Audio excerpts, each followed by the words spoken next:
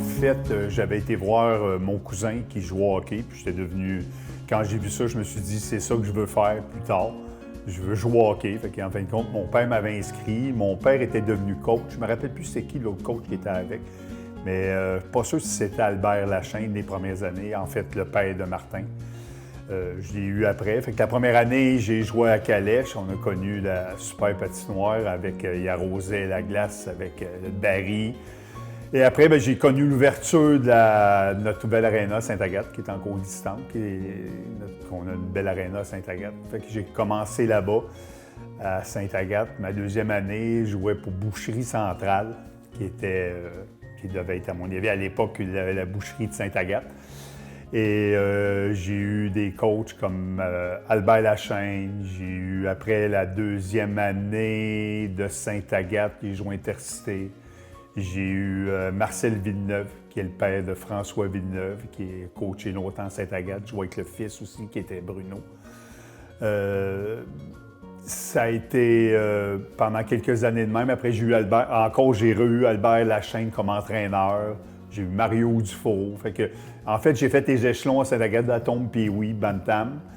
Et à ma deuxième année Bantam, ben, on m'avait déjà repéré. Je suis parti, puis je suis allé jouer Midget 3 à Beaubriand-Laurentide. J'ai fait 1 an et 3 quarts. Il y a eu un nouveau coach qui est arrivé à Beaubriand, puis lui, il avait décidé qu'il n'aimait pas trop mon style, fait qu'il avait commencé à me bencher. Fait que cette année-là, j'avais fait pratiquement toute l'année, puis je suis revenu jouer dans la fameuse grosse ligue juvénile qu'il y avait à Sainte-Agathe. Et qui était la grosse rivalité Sainte-Agathe, Saint-Jovite. Je pense qu'il y avait Val-Morin qui jouait à l'époque. Il y avait plusieurs clubs, mais c'était pas mal basé sur les Laurentides en général. Et je me rappelle on a gagné en finale et c'était Ted Charette, mon coach. Et Ted avait fait une mousseuse de bonne job. Puis dans ces années-là, même avant, j'ai joué avec des gars comme Martin Lachaine, Alain Pilon, Stéphane Roy. Dans mes années à Tom-Pee-Wee Bantam, mes deux gros ailiers que j'ai eus pendant des années, ça a été Mario Roy, avec qui j'ai la chance de jouer le vendredi après-midi. On a une ligue de vieux le vendredi. Et Sylvio Huot, qui étaient mes deux collègues de trio, avec qui j'ai eu beaucoup de succès. J'ai été repêché par les voisins de Laval, la même année que Mario Lemieux. En fait, j'ai eu la chance de jouer et d'évoluer avec Mario Lemieux. Cette année-là, Laval avait quand même un gros club, fait que je me suis retrouvé à faire la navette au départ entre Laval et les Patriotes de Saint-Eustache, où j'ai battu tous les records, en fait, tous les vieux records du junior A, à l'époque qui était le junior majeur. Je les ai tous battus en tant que recrue au complet. Fait que, au début de l'année, comment ça s'est passé, c'est que j'habitais chez le président du club des Patriotes, et avec un de mes chums qui s'appelle Alain Savard, d'ailleurs, qui est décédé à l'âge de 20 ans, qui a la même maladie que Terry Fox. Et M. Savard, à l'époque, avait dit, on avait fait un match contre Laval, Mario Lemieux, Claude Villegrin, Yves Courteau, tous des gars qui ont été repêchés et qui ont joué dans la Ligue nationale. Et on les avait battus à Saint-Eustache. Et après la game, je pense que j'avais compté 6 buts, cette game-là. Et puis Fournel avait dit, lui, Claude Fournel était le propriétaire de l'équipe, avait dit, lui, il s'en vient chez nous. J'ai connu François Béliveau de la presse. Et François, à l'époque, organisait des tournées de gars juniors. Et on est allé, je suis parti en fait au mois d'août, je pense.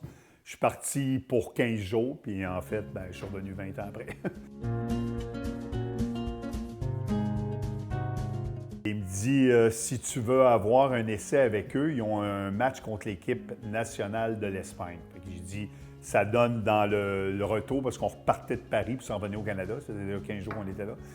Fait que la veille, tous les joueurs de l'équipe sont venus me voir et j'ai fait mon essai avec Boulogne. Puis après la première période, ça a l'air que je leur ai plu. Ils m'ont signé entre 2 périodes pour être sûr que je ne change pas d'idée.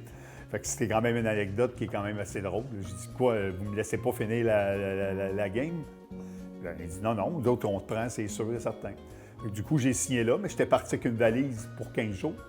Avec du linge pour 15 jours, en pensant que je reviendrais et que j'irais faire mon try-out peut-être dans la Ligue américaine. Et en fait, ben non, je suis resté là-bas, puis je suis revenu au mois d'avril l'année d'après. J'ai eu une très bonne saison. Je pense que cette année-là, j'ai fait au-dessus d'une centaine de points en 20 matchs, parce qu'il n'y avait pas beaucoup de matchs à l'époque en France. Il y avait beaucoup d'entraînement, mais pas beaucoup de matchs. C'était un ou deux matchs par week-end, mais la semaine, jamais. Je suis resté là 3 ans. Et après, j'ai signé à Amiens. Je suis parti à Amiens. J'ai rencontré ma femme la dernière année à Paris. On est parti, en fait, Amiens, c'est dans le nord de la France, à 150 km de Paris. Et je suis resté là-bas 3 ans. J'ai eu trois belles saisons. J'ai eu comme entraîneur là-bas un gars très connu qui a gagné la Coupe AFCO avec les Nordiques de Québec, qui s'appelait Robert Boileau. C'est lui qui coachait à l'époque. J'ai eu des bonnes saisons. Et à ma 2e année à Amiens, j'étais devenu français au début de la première année. J'avais fait une demande au bout de 3 ans sur beaucoup de conseils de plein de joueurs français qui m'avaient dit « Fais ta demande ». Fait que ça a été long. Fait qu'au bout de la 2e année à Paris, j'avais rempli mes papiers. Puis là, je suis devenu français. En disant que tu deviens français, tu peux être admissible à jouer pour l'équipe nationale. Fait qu'au bout de la 2e année, ils m'ont appelé. Et là, j'ai commencé à faire mes premiers pas en équipe de France. Fait que je jouais à Amiens, puis je jouais en équipe nationale aussi. Fait que ça a été bon, parce que le rêve d'un petit Québécois, d'un petit gars de Sainte-Agathe, en fait, c'est de pouvoir jouer dans la Ligue nationale. Moi, mon rêve, je n'avais pas réussi à le faire, mais en passant par l'équipe nationale, ça me permettait de pouvoir accéder à ça. T'sais, l'année que Eric Lindros a décidé de ne pas jouer pour les Nordiques, bien, j'ai pu jouer contre lui 6 fois dans cette année-là. On est venu faire une tournée au Canada, ils sont venus jouer en Europe. Fait qu'on, j'ai joué contre Doug Wackenheiser, plein de joueurs qui ont été beaucoup connus, qui ont été des gars de la Ligue nationale. Fait que ça m'a permis quand même, au bout de 3 ans, c'est de pouvoir jouer en équipe nationale.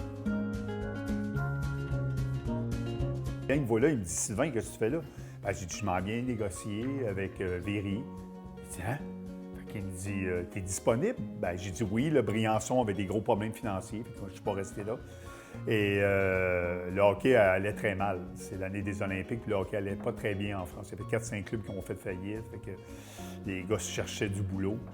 Et du coup, j'ai discuté avec eux autres, puis je suis parti à Angers. Et Angers, bien, c'est devenu... quand je suis arrivé à Angers, on était en division 1B. Et en 2 ans, j'ai réussi à les faire monter en élite. Et avec ma venue là, à Angers, a greffé plein de joueurs de l'équipe nationale, plein de joueurs de la France. Quand il y a un gars qui est connu, ça attire des fois toujours des joueurs qui ont envie. Puis Angers, il faut voir que c'est une belle région. C'est la région, c'est dans le Maine-et-Loire. Il y a plein de châteaux, plein de vignes. Fait que du coup, je suis resté là-bas 5 ans. 5 ans qui a été une vie extraordinaire. Je m'étais fait bâtir une maison en plein milieu des vignes. On avait une belle qualité de vie. J'ai été là-bas 5 ans. En 2012, ils ont décidé de retirer mon numéro 62. Et là, je suis allé 10 ans après 2012, là, pour célébrer les 40 ans du club. En fait, ils invitaient les légendes, en fait, les gens qui avaient marqué le club, qui ont marqué le club et qui ont fait quelque chose pour le club. En fait, moi, de ma génération, des 5 ans, on devait être 4-5 maximum. Pour eux, le fait d'aujourd'hui, de voir qu'ils sont en élite, qu'ils sont restés là, bien, le président me disait « Sylvain, si on est rendu là aujourd'hui, c'est grâce à toi qui est venu le premier, puis que ça s'est greffé. » Puis en fait, en plus, mon record de points était battu comme 12-13 ans après que je sois parti. Fait que c'est pour ça qu'en 2012, j'avais décidé de retirer mon chandail.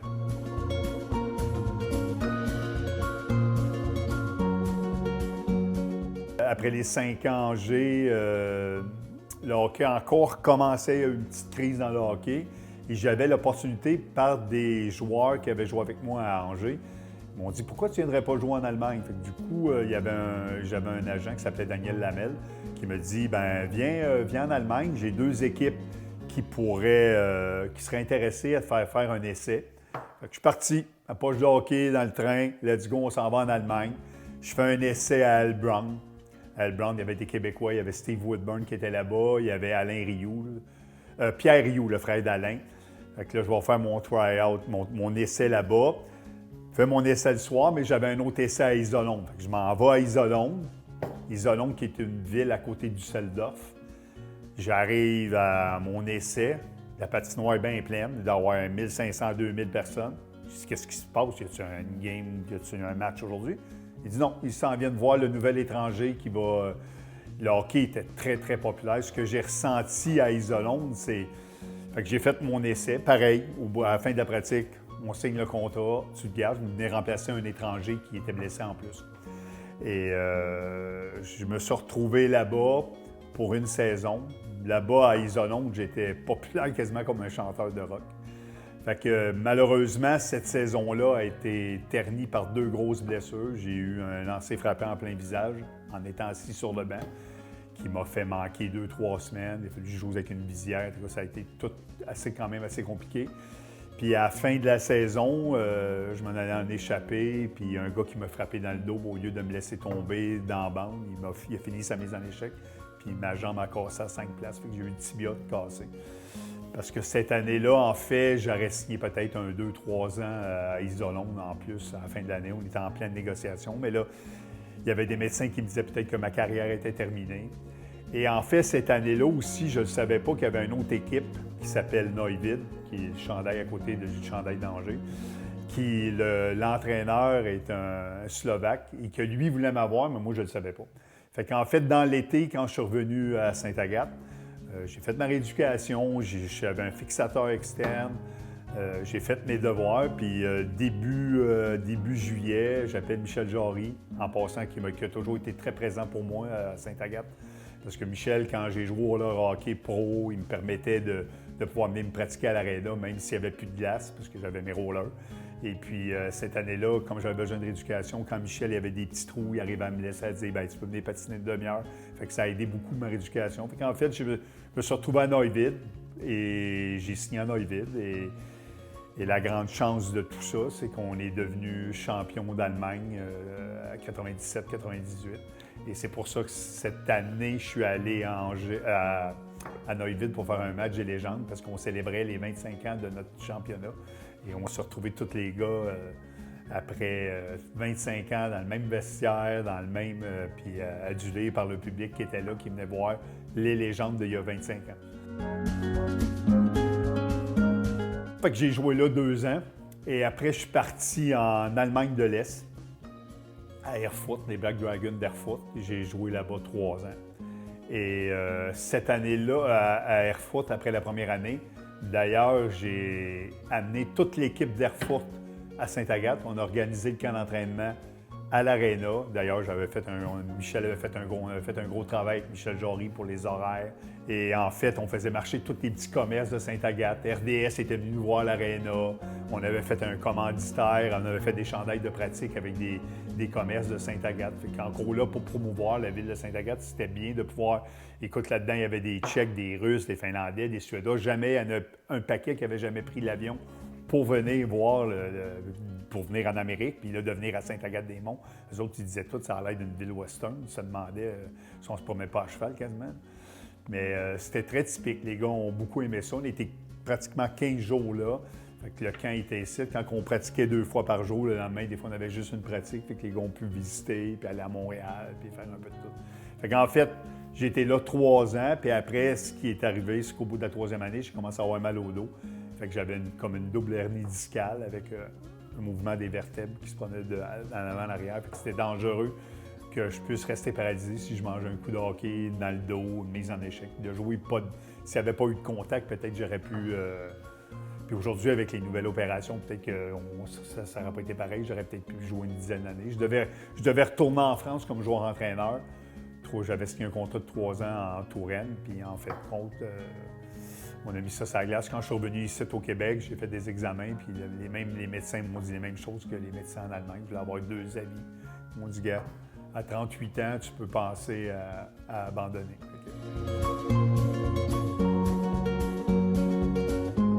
Je suis revenu au Québec en 2001 et puis là, à partir de là, en joueur de hockey, qu'est-ce que j'ai toujours aimé en deuxième, c'était l'entraînement. J'ai toujours été quelqu'un qui était en bonne condition physique, qui aimait l'entraînement. Et quand je venais l'été, à l'époque, je m'entraînais au gym de Jean-Pierre Deneau, qui était derrière, pas loin de l'Hôtel de Ville. Et même à l'époque, Jean-Pierre m'avait demandé, il voulait que j'embarque avec lui. Fait que du coup, ben, j'ai dit, pourquoi pas gym, parce que c'est ce que j'aime, c'est ma passion et j'ai toujours vécu de mes passions. Fait que j'ai parti de gym à Sainte-Agathe. Et de 2001 à aujourd'hui, ben, le Studio 62 est là. Comme le hockey était terminé, ben, mon fils jouait déjà en Europe. Fait que là, je me suis mis à être entraîneur, donner un coup de main au départ, puis après ça, être devenu vraiment entraîneur. De 2001 à 2009, j'étais coach des jeunes. Puis ce qui était le fun, c'est que j'ai toujours eu le même groupe de jeunes. Puis aujourd'hui, ces jeunes-là sont devenus les entraîneurs avec mon fils, de mes petits-fils. Fait que on a passé le flambeau, mais les jeunes à qui que j'entraînais, bon, au moins, ils ont eu cette passion-là aujourd'hui, puis ils peuvent donner du temps au hockey mineur. Parce que je trouve ça bien quand c'est des jeunes qui ont joué au hockey, qui l'ont vécu. C'est toujours plus facile de se mettre dans les bottines des enfants. Parce que quand on n'a jamais été dans ces bottines-là, c'est pas toujours évident de donner des conseils. Puis je comprends qu'aussi, des fois, il y a des parents qui veulent donner du temps. Mais quand tu as été joueur, tu sais comment ça se passe. Puis les jeunes aujourd'hui, je les revois, puis on se regarde tous avec des yeux comme quand je les coachais. Mais là je suis le grand-père dans les estrades qui regarde. Je leur donne des petits conseils de temps en temps, mais en fait, c'est vraiment beau de voir ça.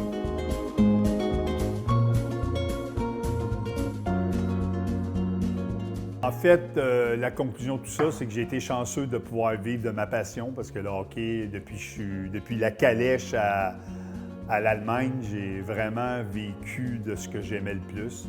Et puis toujours en disant que j'étais un petit gars de Sainte-Agathe, puis quand tu viens d'une petite ville, tu peux toujours y arriver. Si tu travailles fort, il n'y a pas de raison que tu puisses y arriver. Si ce n'est pas dans la Ligue nationale, moi, c'était ma déception parce qu'on tout rêve de petits gars, c'est de jouer dans la Ligue nationale, mais que tu peux bien vivre de ton métier. J'ai eu cette chance-là. Puis aussi de remercier le hockey mineur, Ghislain Monette, qui était président à l'époque, qui ont retiré mon numéro 62 à Sainte-Agathe, puis que ma bannière est dans l'aréna. Pour moi, ça a été une grande fierté d'être reconnu dans la place où j'ai grandi, où j'ai commencé à jouer au hockey. Parce que, en fait, Michel Jarry, tous mes coachs que j'ai eus de la période, les Marcel Villeneuve, les Albert Lachaine, les Ted Charette de ce monde, tous mes chums de hockey. Tout à l'heure, j'oubliais aussi, il y a eu un gars comme Stéphane Roy qui jouait avec moi. C'est son père d'ailleurs à Calèche qui passait le baril, qui arrosait à la glace. Et j'ai eu la chance d'être bien entouré de bonnes personnes. Puis là, maintenant, ce qui est le fun, c'est que le vendredi après-midi, on joue dans une ligue où tous ces gars-là sont réunis. Et après, c'est toujours le fun de prendre une bière ensemble puis de se dire, on a des yeux de gars pas loin de la soixantaine, mais à quelque part, on est tous des petits joueurs de hockey encore. Puis on se revoit quand on était Pee-Wee Bantam ensemble, mais avec des cheveux gris. Si je vous dis la star des années 90, sa venue avait été rendue possible grâce par Joël, bien sûr, Joël Franco, grâce à l'apport de partenaires privés à l'époque. Il sera aussi un facilitateur dans la venue de son compatriote Martin Lacroix, ce beau Québécois avec son accent chantant et ses cheveux longs que les enfants surnommaient MacGyver. Et oui, à cause de sa ressemblance physique avec ce héros de télévision, aura révolutionné le hockey angevin. Il a rempli des patinoires à lui tout seul. La presse de l'époque se l'arrachait, sa présence sur la glace était l'attraction et son numéro 62 était l'attraction. Le hara était le show bouchant. Combien de jeunes ont voulu ressembler en gardant cette petite mèche de cheveux en arrière du crâne? Capitaine lors du titre de National 1B en 93, synonyme de montée en élite. Il était jusqu'à l'année dernière, et son détrônement par Jonathan Bellemare, le meilleur buteur de l'histoire du club avec 120 buts. En 92-93, il totalise notamment 67 points en 27 rencontres, un record. J'ai pas fini Sylvain. Il était capable de faire 4 fois le tour de but avant de marquer. C'est actuellement le deuxième pointeur de l'histoire du club avec 240 points en 125 rencontres, soit près de 2 points par match. Originaire du Québec, il a été naturalisé français et a disputé 3 championnats du monde. Avec sa femme Valérie, il redécouvre les charmes de l'Anjou depuis quelques jours. Avant de donner le coup d'envoi de la rencontre de demain soir, le numéro 62, Sylvain Auchan.